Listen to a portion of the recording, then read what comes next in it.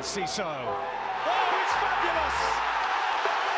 A strike to get you up off your seats.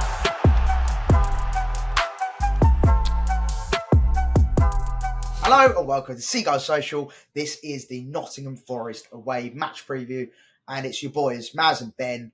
Ben, it's been a while, mate. How you been? I feel like you say that every single time I come on now. It's it's proving difficult. I mean, we're all busy people. Even Jack Albion's tough to get on these days. He used to be the banker, but now he's the wanker for not turning up. I know. He is MIA, but for good reason. He's He's actually in the office. Well, so am I though, and I'm dedicating my lunch hours to. Mate, it's what we do, mate. It's what we do. Well, listen, let's talk about Forest. How are you though, Maz, quickly? You good? I'm good, thanks, mate. I'm good. Yeah, no, life's been good. Obviously busy with work and stuff, and got lots of projects that I'm doing in the background as well. So hopefully I can reveal all soon. But yeah, just busy in the background, mate, working along. And then hopefully, get some stuff live. That's what we like to hear. Work is coming in, Maz. That's what we want to hear. Yeah, 100%. Yeah, life's good, mate. Life's good. I've got a lot of things to be excited about. So hopefully, fingers crossed, it all comes into fruition. But no, thank you for asking, Ben. I am well. I hope everyone are listening and watching as well. And hopefully everyone's doing well. Hopefully they've mentally recovered from the shit that we had to watch at the Amex against Everton. Yes, yeah. Everton was a tough day at the office, and we don't really want to talk about it again. It was always ball. One of the, but we had some really good comments and a lot of views on the last podcast. Yeah. So that was great to hear everyone's views, and even lots of Everton fans. I was going to say, great. That's probably a lot of Everton fans coming because they're wanting to hear the opposition view and probably their first win in like 4 weeks. Yeah. I know they did beat Spurs obviously, I guess, but yeah. You know what I mean? Yeah, they've had a good couple of weeks, to be fair to Everton. Yeah. But anyway, let's talk about Forest because they are clearly one of the best sides in the league this season. However, in their last game out, they were battered at Bournemouth 5-0 for anyone who's been living under a rock. They did lose quite heavily on the weekend, but they do sit in third, Ben, 44 points, 3 points behind Arsenal and 9 points behind Liverpool. But, you know, we're not expecting Forest to be competing with Liverpool really this season. But yeah, they've had an incredible season and they had a really bad game last time out. But what have you thought about Forest's sort of resurgence or rise, going from battling relegation last season to now battling for top four this season is crazy. It is. It's insane. I mean, you look back on when we played them at the Amex and we drew 3-2. 2-2. And I was like, that's when Welbeck scored the free kick. That's a disappointing result. Yeah, he did, didn't he? I was like, that's a disappointing result. You know, it would have been great to get 3 points there. Then you look at how they've done against everyone else for the rest of the season. You think we've probably done well to get a draw out of that, to be honest. In hindsight, yeah. In hindsight, yeah. And then similarly, you look at Bournemouth, who just battered them 5-0. We beat Bournemouth at their own place. So we've got some mad results against teams that have gone on to do really, really well, or have been doing really, really well this season, which is a bit of a tradition of Brighton at the moment, isn't it? We beat the better teams and we lose against the smaller teams. It's always been our way. Forest are the bigger team at the moment, so I'm actually fairly confident. When I say confident, I'm confident we can get a draw. I'm not confident we can win. They, besides the 5-0 when Nottingham Forest defence looked awful, they've been unbelievable defensively. What was it, Murillo and Milenkovic? Yeah. That's the ones, yeah. Ollie Aina right back and Williams usually on the left, I think. Which is a really, really good back four. They've been so solid. And even Sells, the goalkeeper's been phenomenal this season. Yeah. For his age as well. He's always been one of them ones you used to pack on Ultimate Team. And now to actually see him in the Premier League, he's actually a good goalkeeper. Mate, that Liverpool game, he was unbelievable in that. Really, really good. I'm surprised. I don't think he got man of the match. I can't remember. Someone else got man of the match. No, he didn't. He didn't, weirdly, yeah. But just bet on that, actually, just to that defence. That's a really good point, actually, because they've got one of the best defences in the Premier League. But obviously, last time out, because them shipping 5 was so, just not what we expect from Forest this season. Do you feel like that's something we can target potentially going into the next one? I know Milenkovic and Murillo have been so solid, but do you feel like our front four could potentially cause some problems off the back of the Bournemouth game? And see, maybe there's now little things that we can maybe pick out now? Yeah, I was actually going to say it. I wouldn't say we play really, really similar football to Bournemouth, but we play football. And in that sort of sense, it is kind of similar to Bournemouth.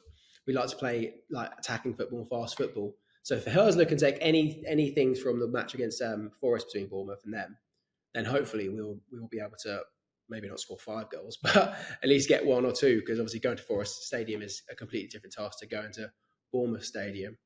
But yeah, hopefully Herzler will learn a few things and see their weaknesses, because Bournemouth made them look like a relegation team rather than a team that were in the top 3.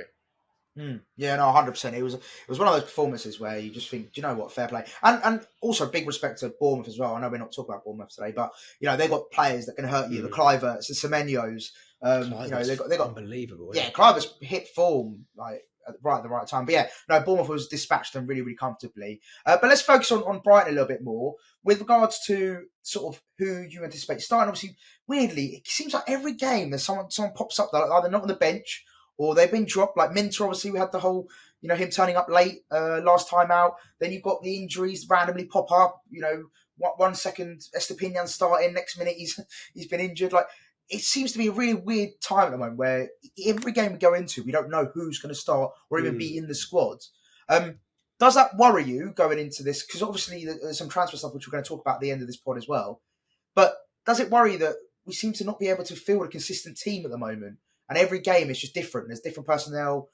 Someone on the right's changing, and then there's only a few consistent players at the moment, which is not helping, I don't think. No, yeah, I do agree. I mean, besides Estepinian being missing, Lamptey playing in his place against Everton, I feel like that team was pretty solid.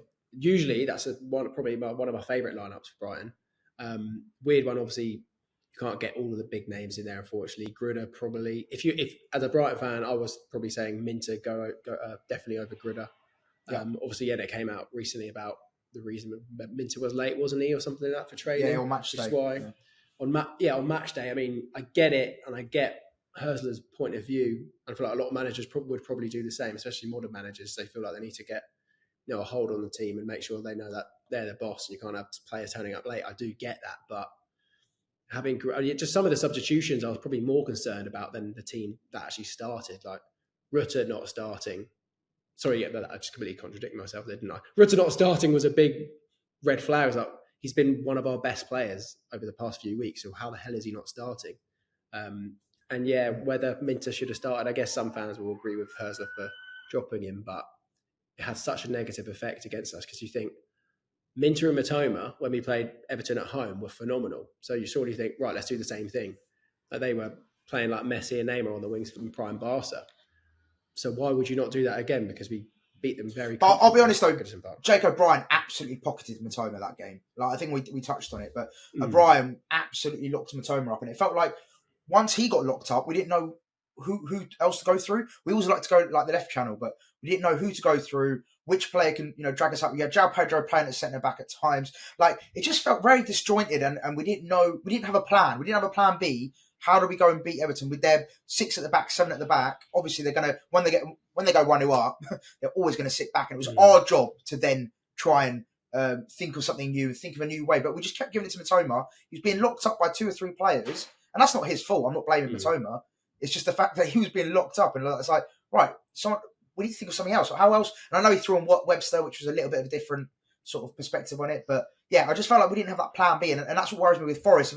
If Forest do the same thing as, not saying that they're going to sit back and do what Everton did, not at all. I think they'll do the opposite. But if it does, let's say they do go 1-0 up and they do sit low, what's our plan? How are we going to try and think of something new instead of just giving it to Matoma all the time, or The only thing that gives me hope is we went from almost a 10 out of 10 performance against Man United.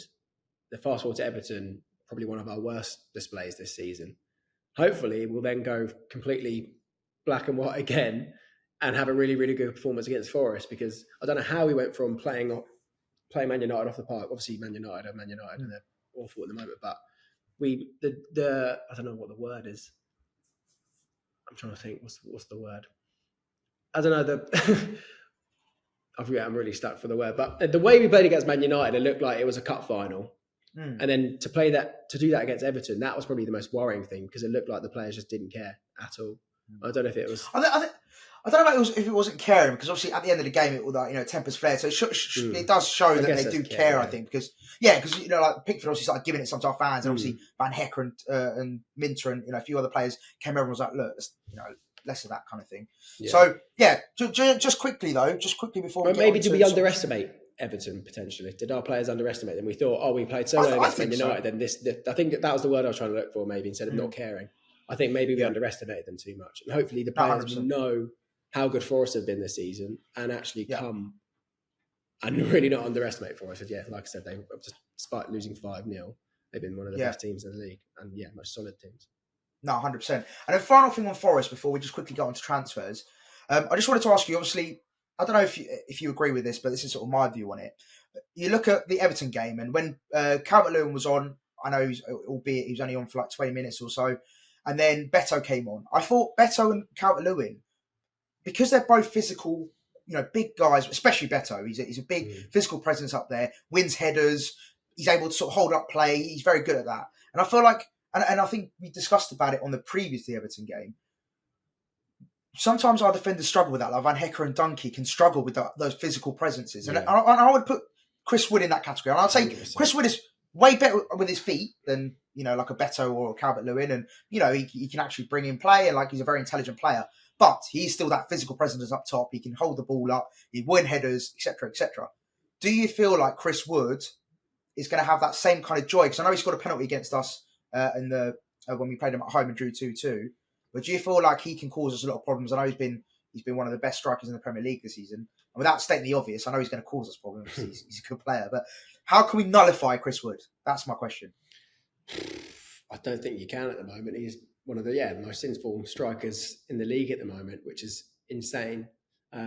Obviously had a fun little stint at us in our promotion season from League One, which was great. Jack Albion actually told me he hated his time at Brighton, which I found quite surprising. He didn't like living in Brighton, which is quite weird. Oh, wow. Thought someone from New Zealand might like the seaside town of city of Brighton, but clearly not. I don't know how you nullify him. I mean, obviously Bournemouth done it, really, didn't they? So there must be a way of doing it. And like we said at the beginning, hopefully Herzler's kind of learnt a few things from that Areola performance, because it was 10 out of 10 performance from Bournemouth against him. So maybe there's the way of doing it, but I mean, I didn't actually watch the match. I couldn't say how Bournemouth actually done it. Well, no, I think it's basically the service into him is so key for him. You've got Morgan Gibbs-White, you've got Elanga, you've got Hudson-Odoi. They're all providing him with chances. It's not like Chris Wood's picked up the ball from the halfway line and ran past 7 players and scored. It's always been someone playing it, like Gibbs-White playing it through to him, or Hudson-Odoi crossing it into him. Even Elliot Anderson. God, they really have got... Yeah. That's probably why, their team's stacked. It's a good point, actually. Yeah, they've got a lot of really, really creative players behind Chris Wood. Like Elliot Anderson, you wouldn't really think of a centre midfielder. You think he's more of an attacking midfielder. But having him starting alongside Gibbs, alongside Elanga is pretty mad. Yeah, they've got a lot of creative players. And then I think they started that Jota player as well. It's very attacking Jota Silva behind Chris Wood, isn't it? Because you've got such a solid defence in Murillo, Milenkovic, Williams, Aina. And after that, you've got Yates, who played against Bournemouth. And after that, you've got like 5 really, really attacking players. It's obviously, that's probably why Chris Wood is thriving. So, Baleba and Ayari, if they do start, have got a serious job on them. So, I guess. I think keeping Gibbs-White quiet will, in turn, or keeping a lot of their attacking. I know this sounds really obvious, and obvious, Michael if he doesn't score, we'll do it right. Yeah. No, but if we can keep those through balls / crosses at a minimum. Obviously, if you're starving the striker, again, I know I'm talking the obvious, but if you're starving him from opportunities or giving him assists, then, less likely he's going to score. So, if we can keep them quiet, I think in turn we keep Chris Wood quiet, because he's not like a one-man band where he'll make things happen on his own. I think he needs players that will support him and provide it on a plate for him. So, I think if we stop that, I'm confident. But quickly, Ben, before we get on to transfers, score predictions. What's the 2-2 in the home? I'm going to go 12:30 kickoff. I'm going to go 2-2 again. Ooh, another repeat of the Amex. Okay, 2-2. Not a Forest away. Just quickly, City Ground is an unbelievable atmosphere. I've only been there once, but it was for the playoff semi-finals when Samba saved the penalty. And mate, the atmosphere, when they want to, it is rocking. I'm not saying it's going to be on the same level, because it's a very different occasion, but when they want to, they can get rocking. When Brighton comes down, mate, the opposition brings the atmosphere. But no, I'm going to go. I want to be positive, but no, I'm going to go with a draw as well. 1-1. Let's go 1-1. 1-1, Right, final thing, Ben, before we wrap up. Evan Ferguson, we've got to talk about him quickly, because he has been all over Brighton Hove Albion news. It looks like there's been talks of a permanent move to Leverkusen. There's been talks of him going out on loan. West Ham have been linked with him. I think Apparently, West Ham this morning have been the one that's been. I think they're the favourites again now. West Ham, which because obviously giving him they missed out on Duran. Yeah, selling him first of all is just. I think 99% of Brighton fans, at least what I'm seeing online, is completely wrong. Absolute madness. Like, why are we getting rid of him? Unless the club know that maybe he's something with this meningitis that he had, because he hasn't looked the same really since, has he? He's looked, even when he comes on for 5 minutes, he looks fatigued, and that maybe the club knows something, and they're like, right, let's ship him out whilst we can and get some money on him before other clubs find out that he's kind of maybe lost some fitness. Obviously, for his sake, I really hope he doesn't, because we've seen it with other strikers in the past at Brighton, like Aaron Connolly. He had the weight, like the world on his shoulders, a lot of pressure because he started so well at such a young age. And now, luckily he's remaining in the Championship, which is good. I'm glad that he's kind of finding his feet in the Championship, recently signed for Millwall. I really hope that's not for Evan Ferguson. Brighton fans really, really didn't want that same for Evan Ferguson. And it looked like it wasn't going to happen for Evan Ferguson after that Newcastle hat-trick everyone talks about. And that was the last moment we saw of his ability. So yeah, the fact that we're going to loan him out, I feel like a lot of Brighton fans want him to stay, and especially not giving him to a Premier League rival in West Ham. I'd understand Leverkusen. I feel like he'd cook in the Farmers League over there for sure, similar to Harry Kane, that sort of build. But if we give him to a Premier League rival like West Ham, I think that would be just so stupid from the club. And I really, really pray that we're clever enough to kind of send him to Leverkusen if he does have to go. Like, if he goes to West Ham, it has to be a loan. It can't be permanent. Like you said, you can't permanently let a player like Evan Ferguson go to a Premier League rival, and it just doesn't make any logical sense because of how highly his ceiling can be. But I agree with you. Is there something, because I agree with you so much on the fact that every time you see him play recently, even when he's been on for 20 minutes or so, he just doesn't look right. I don't know what it is about. He just looks tired a little bit. He started against not Leicester, strong. didn't he? Leicester away, a couple of months ago when we threw it away. And yeah, he just could not get into the game. It looked like we were playing with 10 men. And yeah, he looked super fatigued. And whether it's just because he's trying to get match fitness or he is just this lingering illness that happened to him. It's been such a mystery. I don't know if this meningitis thing is just a word that's getting thrown around by the fans or if it was actually confirmed. But yeah, that seems to be the rumour that he did get this. And yeah, they put him out for quite a few months. And then, yeah, it hasn't really been the same since. Yeah. And it's just such a shame, though, as well, because of how highly his ceiling is and how good he's been at when he's played, especially those moments, like you said, the hat-trick moment, even, other countless games where he's played really, really well. And it's such a shame to see him sort of go down that path of potentially leaving the club on a permanent, which I think is insane. And the fact that we don't have any options, for example, if Welbeck gets injured again, what options do we have? It looks like this. The Greek guy that we've been linked with as well. I've got it here. Stefanos Zimas. So this was today from Pletigo. He said, Zimas is leaning towards a Brighton move, which is good, obviously, if we are getting rid of Ferguson, but in the summer. So that's not what we need right now. If we do get rid of a striker and Evan Ferguson, we have to get back up for now. And even I know the club make a lot of really good signings, but I think I watched a few of his highlights and he didn't look like he set the world alight. I'd love him to prove me wrong if we do go. What league is he from? So he plays for Nuremberg, and I'm pretty sure is that Bundesliga 2? I think that's Bundesliga. Yeah, it's Bundesliga 2, which is a mad level. That's obviously crazy. Maybe Herzler knows a lot about him because being a manager at St. Pauli, maybe. Yeah, but that's not the point, though, is it?